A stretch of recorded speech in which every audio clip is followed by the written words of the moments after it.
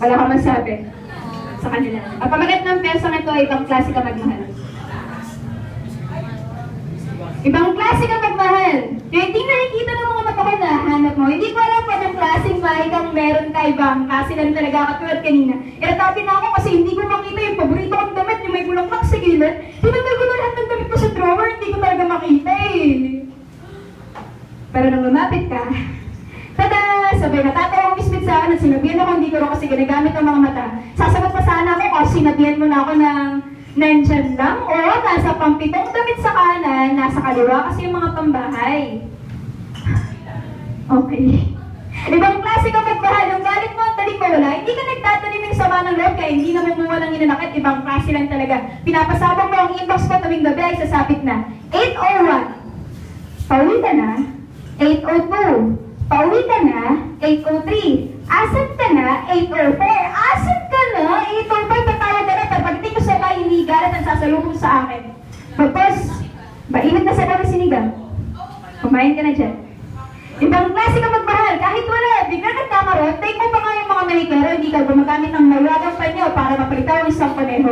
Wala tayong pan-tuition. Saan mo nakuha yung pan-tustos? Paano biglang nagkakaroon kahit wala naman talaga tayong ipon? Huwag mo na isipin kung paano, kung kanino, kung saan. Basta makahalaga, makapagtapos ka.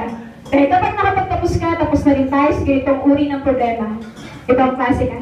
Ibang klase ka magmahal. Kaya mong magbitbat ng mabigat na higit pa sa siyang laban. Hindi naman pakwan ang nasa loob ng tiyan mo.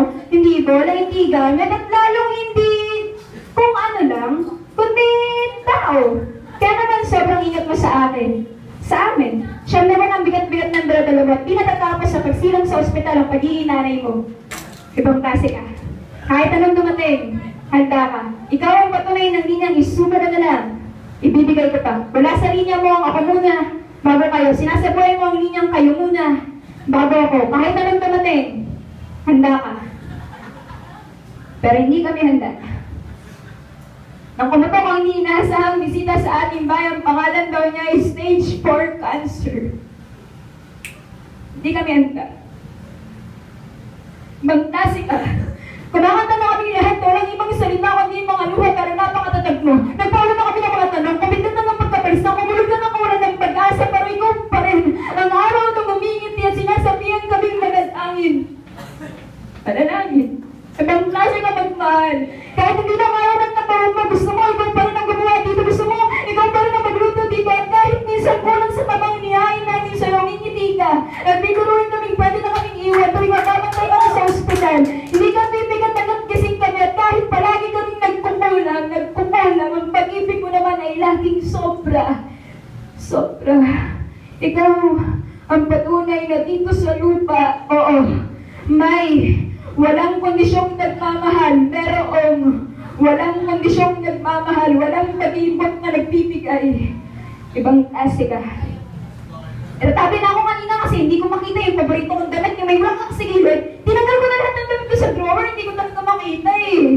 Kanina pa ako naghihintay na may taong nalapit sa akin, kukunin ng komiseta ko, sasabihan ako ng tada, sabay natatawang i-ismed. Pero wala na. Wala na. Ibang klase ka magmahal, kahit wala ka na dito, pisikal, ramdam ko pa rin ang pag-ibig mo sa amin sa umaga, sa gabi, sa almusal, tanghalian, merienda, hapunan, sa bawat oras na lumilipas, sa bawat buwan na dumadaan, sa bawat taong pinipilang. Ibang klase ka magmahal. Ibang klase ka. Ibang klase. Iba. Thank you. Kaya mahalin na rin yung mga mama nyo kasi hindi kayo